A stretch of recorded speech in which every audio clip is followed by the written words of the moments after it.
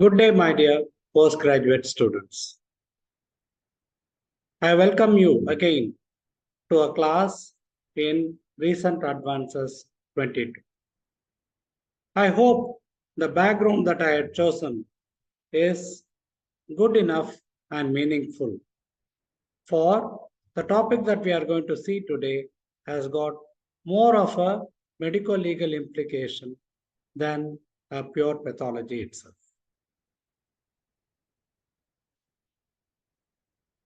And these authors have done a great work.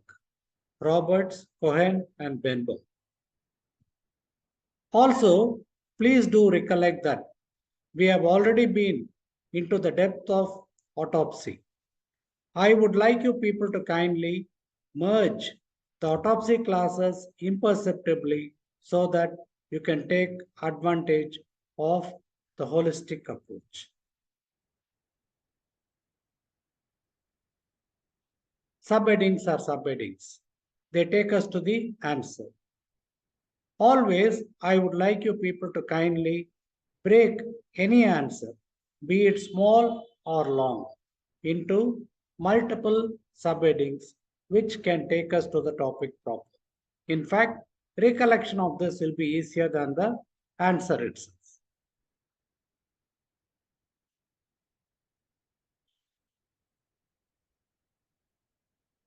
Now, why have these topics crept in? We have got terms such as limited autopsy, non-invasive autopsy, verbal autopsy, CT guided and MRI guided autopsies, which are haunting us as questions. Not only that, they have become the practice of the day in countries such as UK and elsewhere, which we shall be seeing. For example, you find that whenever there is more than a 20% death, then an autopsy should be called for. And this will be permitted by a person called the coroner. This is the conventional autopsy. Whereas now you would have seen in your own medical colleges and hospitals that the medical autopsies are coming down. Forensics have been compulsory. But even that have been reinforced by the MRI and the CT guided autopsies. We shall be going to them. I do not know the exact concept of this word scandals, but then there has been a play with the organs. Probably I would like to throw some light on it at a later date. This incidentally is an autopsy that is going on. I have not shown it for the advantage of the autopsy. This incidentally happened to be a thriller movie, The Autopsy of Jane Doe, which you people can visit on the net. What do your eyes see? I give you 2 seconds time. Now, of course, it is an autopsy. The cadaver has been covered. So is the face of every person over here with a couple of masks.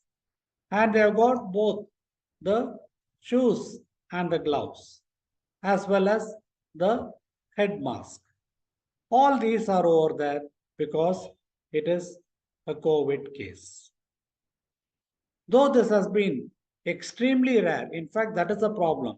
Since it has been extremely rare, we do not have much idea about the pathological findings, and this is a work that is going on. And today, it is more of presumptions and assumptions because those bodies have been given a royal burial.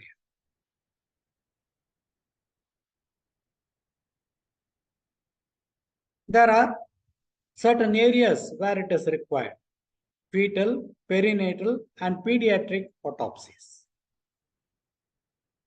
Because in these, we should be able to find out what was the manner of death.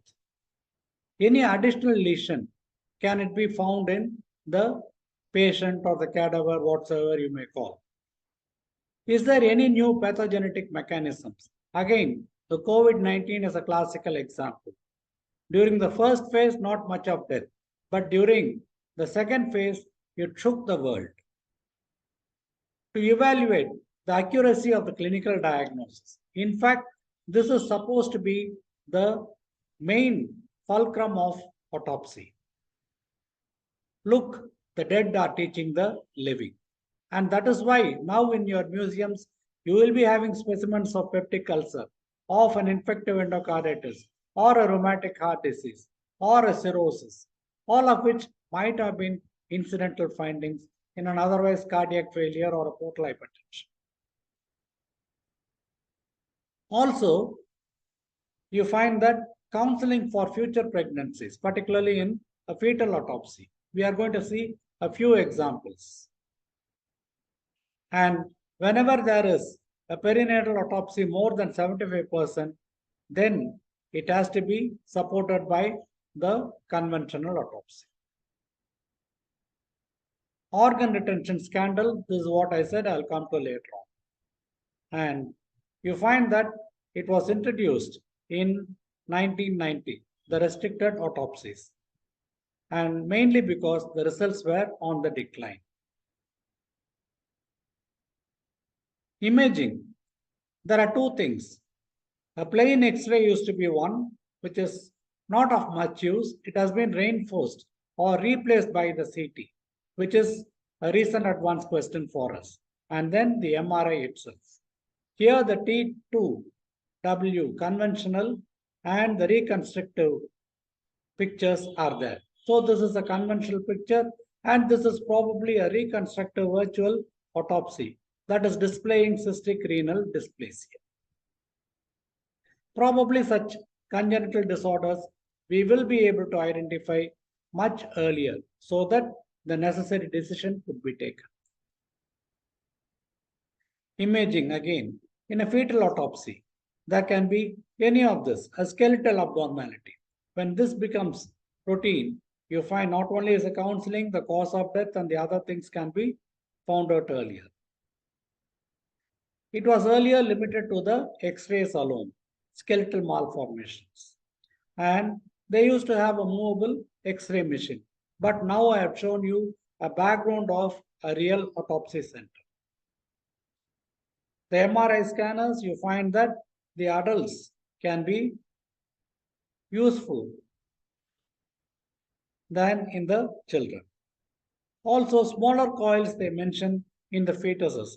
I do not know the word coil, but probably it means the size of the imaging. They are much smaller and they are put into use. The organs, one by one. The kidney, this is one organ where the MRI has been of great use. The renal anomalies are very common. You people know much better than me. The renal dysplasia, the various cystic diseases, and so on. And it helps in the distinction of the cortex and the medulla and the kidney from the adrenals. Also, you find that the kidneys, unlike the brain, are slow in decomposition. Therefore, the results of the imaging can be supplemented by the autopsy or vice versa. Many syndromes can be identified. That is one of the advantages of an extensive search. And this incidentally happens to be a case of Meckel-Gruber syndrome. Very rare, you can go through it, etc. Thanks to this source.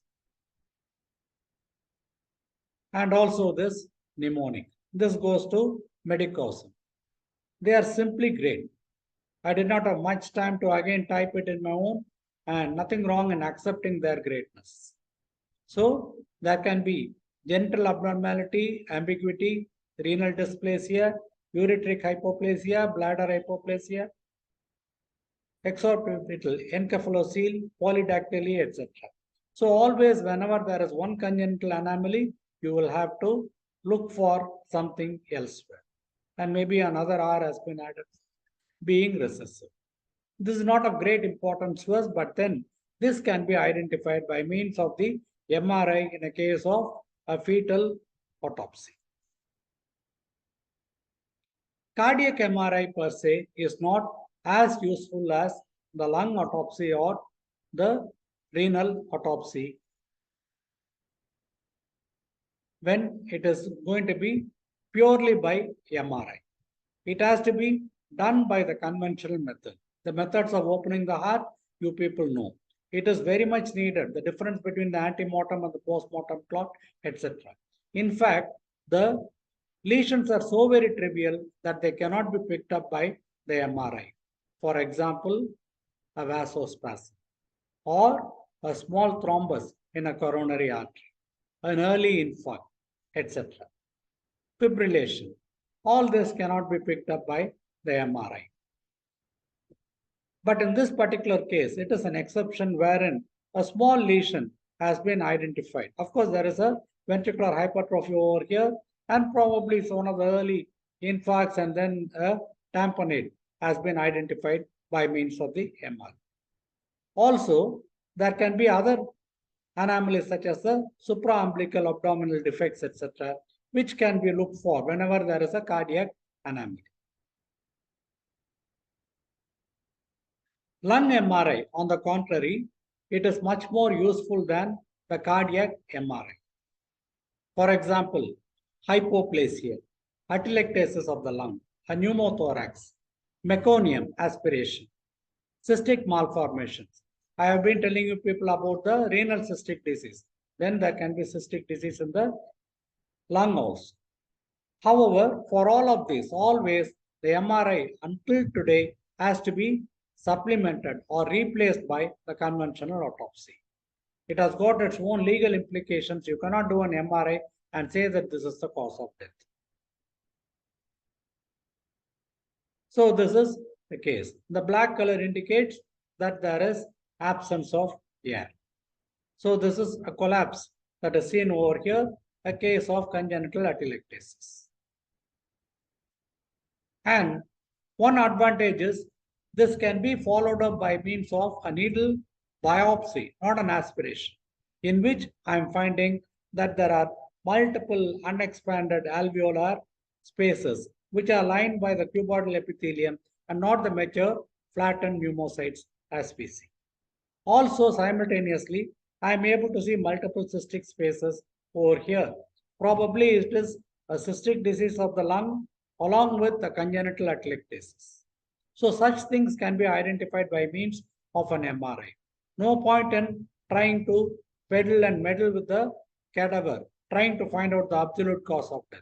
No longer are we the source of the final diagnosis. Adult autopsies, you find that there can be non or minimally invasive autopsies. What do I mean by this word? Minimally invasive or a non-invasive autopsy. One is external examination. Externally, you see something. There is a huge gangrene and then there is a foul smell, etc. You people can make a cause of death. Or you find that there is a peripheral cyanosis. Then you can suspect a cardiopulmonary disease. Go through the history and the medical records. They can help us to reinforce. Again, I am not opening the body. Please remember, I am seeing it from outside as a doctor and then going through the clinical history and the medical records. See if there is any diagnosis that is possible. Fall back on the imaging records. All these are permanent records. In my class on virtual autopsy also I would have mentioned. These are all permanent records to which you people can go back anytime and in your particular frame of mind so that you can derive better information from it. There can even be MRI, CT, or a contrast angiography records that are available. If you are not convinced, there can be a very, very minimal invasion in the form of aspiration of fluids. It can be for culture and sensitivity, or it can be for a transudate and exudate, or a hemorrhage, etc. FNAC, controversial because there would have been some amount of solidification. But then, strangely, they say that the cardiac blood doesn't clot that fast. Biopsy, of course, is useful in suspected areas of any infarction, tumor, or whatnot. Laparoscopy and thoracoscopy. When this has become the order of the day, obviously they can be done in the cadaver also, wherein you can just put in and then visualize the entire abdominal or the thoracic cavity. Study the circumstances under which the death has occurred. Obviously, now there is a Ukrainian warfare that is going on. And when there is going to be a death, there has to be a sense of common sense. I cannot be an odd man out diagnosing some unique disease in Ukraine now. The limitations, of course, for this will be there is incomplete information. Whatever be the set that we have got, be it the medical record or the examination, so on and so forth, it is still incomplete. And in some circumstances, it has been accepted, such as the COVID-19. And more study is needed to confirm whether this is an actual replacement for the conventional autopsies of the yesteryears.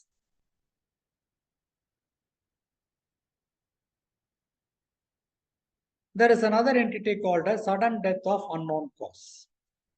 Usually what happens is there is a coroner who gives a permission and then an autopsy is being done. And we find out what is the cause of the sudden death. But then, as I had mentioned earlier, in a country like Scotland, this has been permissible by law.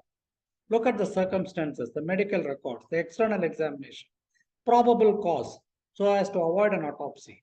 Ischemic death in this case can be overdiagnosed. And I cannot distinguish between an antemortem and a postmortem clot. And it is difficult to exclude unnatural death. Verbal autopsy has been introduced in this context. I did not know what verbal autopsy was, and I looked at the net. I think I have got some information for you people in the next slide. So this is the verbal autopsy system. Strange. So there has been a death occurrence in the community, and it has been given by a standard authority, the World Health Organization. So a death has occurred in the community. Then there is an interview with the family members or the relatives. And you find that there is a kind of a conclusion, a preliminary diagnosis that is made. This has been introduced particularly with the advent of the COVID. The cause of death assignment procedures are done, and the algorithm, as I had mentioned earlier, put everything together. The date of admission, what are the manifestations, what are the clinical symptoms, what are the medical records, the MRI, and so on. And finally, you come to a conclusion. Also, there can be a population cause. If there is going to be thousands of people who are dying, as in the case of COVID-19, there is no logic in doing an autopsy, even if it is going to be non-infective. So, in such a case, this has been recommended, which is called the verbal autopsy, which comfortably helps us close the records, give the patient, a decent burial, and also settle the insurance policies. Post-mortem MRI. So this is only an alternative to the conventional ones. Please remember this. It is not a replacement. Still, you find with the advent of the perfection in MRI and CT, there is a high percentage of coincidence with the conventional ones. However, the studies are limited because these are not being followed by the conventional autopsies so as to make sure that this is the cause. Certain structures such as the coronary arteries cannot be visualized by the MRI. Post-mortem clot can be missed, or it can be mistaken for a thromboembolism. Sudden adult death, there is no conclusive diagnosis. An MRI can be an alternative but not a replacement. CT and MRI have been recommended as a conjoint combination for supplementation. And this is one case of an intracranial hemorrhage. This is a MRI that has been done. So there is a kind of hemorrhage over here, and this has been followed up with an autopsy. Look at the slice of brain tissue that is there. It fits in with it. the outline, etc. And the diagnosis has been made out to be a frontoparietal parenchymal hemorrhage. So this is how you find that there is a superimposition, but then there is very little data to see. So therefore, to definitely give a degree of perfection to the MRI. Thanks to this particular source for the reference. Post-mortem CT. There is, in fact, a recent advance topic. I have also covered that one. I would like you people to go back to it. It is more commonly used than the MRI. And Paulson, in 525 cases, had studied CT and compared it with the conventional autopsies. Usually, the CT is done by means of a forensic pathologist. It need not be a radiological team that is required. It is adequate for traumatic deaths, for example, a skull hemorrhage and then a subdural hematoma, etc. Hemopericardium, aneurysm. These can be diagnosed. But if there is a tumor also, if there is a huge one, that can be diagnosed. Ascites in a case of perforation of the intestine. So these are the uses of the CT, wherein you find that the forensic pathologist himself can come to a diagnosis. The pitfalls are there can be a post-mortem hypostasis. Hypostasis is the blood becomes stagnant, it settles down by gravity. So this can be mistaken for a consolidation and so on as a pneumonia. And sometimes there can be an overdiagnosis. The post-mortem CT. I have dealt all this in detail in my earlier class, and I would like you people to go to the references shown at the end of this class. As far as the CNS is concerned, so this is the embryological development of the brain, the different parts are there and what they are all leading to. You people can just go through it. It is just given for a kind of an outline. In 20% of the cases, the CNS lesions have been identified. What he says in this particular case is the brain, it is supposed to be very delicate. And we all know that within 5 minutes of hypoxia, there is a necrotic change that is setting in. Liquefactive necrosis is very powerful. It degenerates almost everything. And though we talk about fixation of the brain, etc., it is all very difficult even in an adult. And imagine the fetus. So obviously, in such a case, the MRI overtakes the conventional autopsy, wherein there are pictures which are reliable. The fetal brain softens rapidly on intrauterine death, and it is also destroyed during dissection.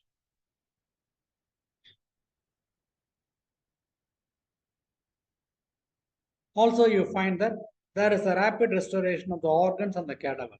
Supposing I am going to do a conventional brain fixation for a period of 2 or 3 weeks, and then finally dissect it slowly, then find out a diagnosis, put it again in the body, and hand it over the relatives.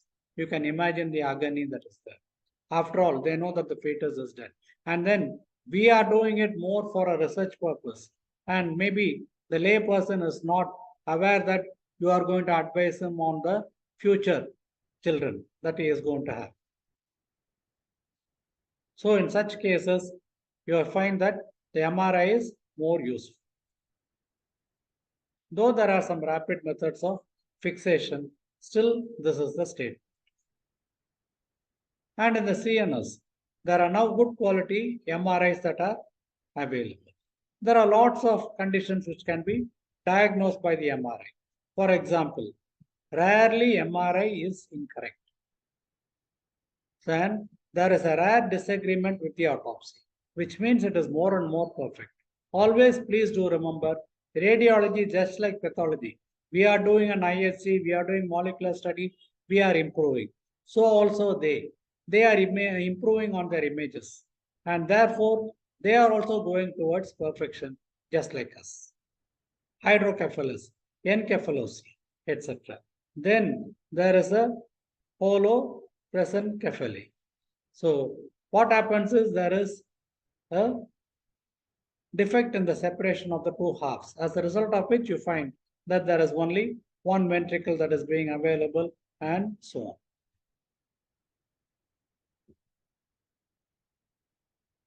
So there can be the normal one that is happening. So this is going to be the cerebellum or the brain stem, and you find that there is a rotation, there is the development of the brain that is over here. Whereas in this particular case, part of it might not be developed. There is a failure of cleavage, etc., failure of rotation, which can lead to this particular abnormality. Though this is not part of us, you find that all these things can be diagnosed by means of an MRI than the conventional autopsy. That is the message. Vanishing brain or the vanishing cerebellum. So you find that whenever the MRI is done, they find that parts of the brain are missing. There have been instances not only in the stillborn or the fetus or the pediatric deaths, but also in adults. And there is a story of one person having been alive for 23 years or 24 years, and when it has been done, you find that a large part of the brain parenchyma is missing. So MRI gives us a good quality diagnosis. So there is a normal one over here, and there is the MRI picture given for comparison. And again, a beautiful mnemonic I would like you people to just see for the sake of interest. So these can all be the manifestation. That is why the patient has probably gone to the neurologist. And finally, when everything is being done, the neurologist realizes that part of the brain is missing. And now, what is the role of a full body MRI? When the infant is there or it is a stillborn fetus, the diagnosis could have been made much earlier. That is what I am seeing. So there is a momentum or something, and then there are the coils of the intestine projecting outside the body. Many conditions such as imperforateness, spinal defects, etc., can be identified. Fetal anatomical abnormalities, such as omphalocele. Or there can be even this OEIS complex. What is this OEIS? Omphalocele, encephalocele, imperforateness, spinal defects. And this is the reference for this particular one. And this is again how. Obviously, this is going to be what we are seeing outside. But then look, this is being diagnosed within the mother itself.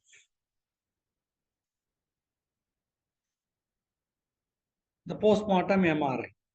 Again, this has been put into practice in some countries, but then there is a lot of this religious objections. There are some advantages because the body is not being damaged. It is being handed over earlier. All these points I have been mentioning in the other classes. But there is lesser discrepancy. There is inconclusiveness that is possible. All defects cannot be made out, such as an early myocardial infarction, coronary occlusions, consolidation, differentiating pneumonia and the hypostatic pneumonia, and identifying edema. So always they say that MRI and CT followed by the conventional autopsy will be giving us a definite diagnosis. Post-mortem CT, conventional. What are the advantages and the disadvantages? The conventional autopsy can be compared with the CT and the MRI. So when this is being done together with the autopsy, see what are all the advantages. It can be compared. The CT examination is done by a single forensic pathologist, whereas you have got an entire team to back upon over here, as well as a pathological expert. Multiple injuries you find can be diagnosed earlier by means of the forensic pathologist himself. Hemorrhage, hemopericardium, etc. can be identified by the MRI. Gas perforation and in a perforated small bowel, we have mentioned earlier. Aneurysms, pulmonary tumors, all these can be diagnosed by it. But then atherosclerosis and differentiating between the different types of pneumonia and hypostatic pneumonia, etc., can be difficult. So what are all the advantages and the disadvantages of doing a non-invasive autopsy from a conventional autopsy? You people will have to mention. Needle biopsy and histology in autopsy. God forbid why these are being included. Now, even in the routine practice, when there is going to be a needle aspiration or biopsy, we miss the target. Also, when it is being done under the radiological guidance, there is more of missing rather than accuracy. See what is happening in the case of it. But we will be mentioning it in our answers. So it is giving us improved information, hope so. There can be the religious culture which is not being interfered with. The image guided biopsy is better than the blind biopsy. I do not agree. And then there is a diffuse pulmonary lesion versus a myocardial infarction. CT fluoroscopy is used for needle biopsy. So this is how it is being done. And it is more of a robotic biopsy. Look at the third front over here. It is not you or me, but the robot that is doing the aspiration. And hope things are correct. And this is how it is being done. It is being visualized, it is being sensed, and then there is going to be a robotic aspiration. Probably, of course, I am at the other end. You may not be having a career itself. Try to take to politics or some other business instead of pathology, because we are being replaced by robots. Traumatic deaths and forensic autopsy. In this case, which I again mentioned in my earlier class, you may do opening the heart and the other things and all, but then when there is going to be a minimal fracture as this or here, these can be missed and they are better picked up by means of the MRI or the radiograph. Also, the radiograph can be done in a incinerated body or a decomposed body, and even then the cause of these can be made out. In military fatalities, so as in the warfare, if at all you want to do, these can be done leisurely by analyzing the MRI and the CT for diagnosing the foreign bodies and the bullets. Somehow this particular author has given an entire list that has been earlier presented. So probably there is a correlation or an overlap of these authors. I would like you people to kindly check. Traumatic deaths and forensic autopsy. So there is a three-dimensional CT that can be done for the sake of identification of the body. Not much. Original evidence is not destroyed when you are doing the CT or the MRI. And multi-slicing is also possible. There can be a computer recombination and a restructuring which is possible.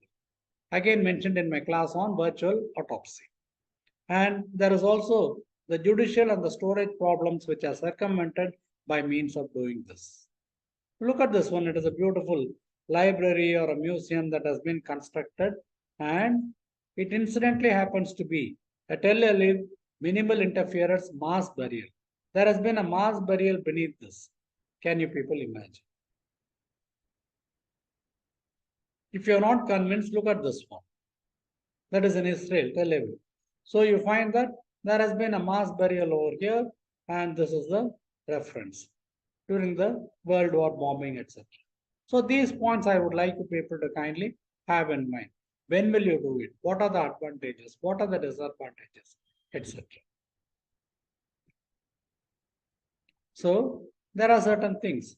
There are specific clinical questions. For example, sudden cardiac death or sudden adult death. And there are a few clues in the medical history. Non-invasive investigations must be relied upon. And whether MRI and CT are future or are they already in practice. Clinical confirmation will facilitate the restricted autopsy. It is almost a repetition of what we have been seeing earlier. And drug-induced deaths, you look at the samples that have been collected. It can be the urine or the blood and then confirm it. Infections such as HIV, hepatitis still can be diagnosed. And you rule out any form of injury. Cerebrovascular disease. So these are all the causes over here, conditions. It can be hemorrhage, it can be vasospasm, it can be aneurysm, etc. Kinking of the blood vessels, that can be diagnosed. Or it can be something massive also. So these can definitely be picked up by means of the MRI or the CT. A non-invasive one will be able to. I don't think I'll be able to diagnose much better with the degeneration of the brain, the hypoxia, the necrosis, and so on. Coronary heart disease. As I told you, this is one condition where the MRI will fail. So here, such delicate arteries, their occlusions cannot be picked up by means of the MRI. In this particular case, I'm able to see multiple emboli, showers of emboli, probably a leg vein or a prostatic plexus that has thrombosed, and then there is a shower of emboli that is being released. Extensive coronary artery stenosis, etc. So these are all the things. So, but then remember the original thing, there are some limitations in coronary artery disease for non-invasive autopsy. Malignancy. Again, malignancy is very difficult to make out, but when there has been no histological record, etc., always the MRI can be given as a cause of death. Look at the brain tumor over here. And this is a review article. You people can go in and study the brain metastasis. So these are the references. So there is an article in the recent Advances-24 which I have covered already, the post-mortem CT. Virtual autopsy is another class.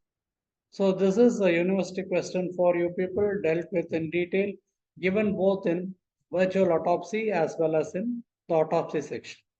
Kindly go back to my class. And so also the CT guided autopsies.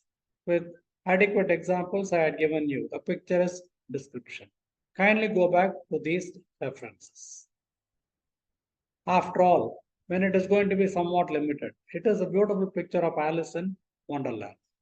There is a small bubble over here and then the entire bird. This is what we call as laparoscopy or whatsoever. Whenever something is going to be very limited, there will be a limited amount of knowledge that it throws. Greater the incision, better the surgery. Used to be the saying those days. And the abdomen is a temple of surprises. So on. But then, a little knowledge is a dangerous thing.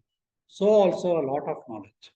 So it is better that people balance, rely on whatever comes up in the medical field today.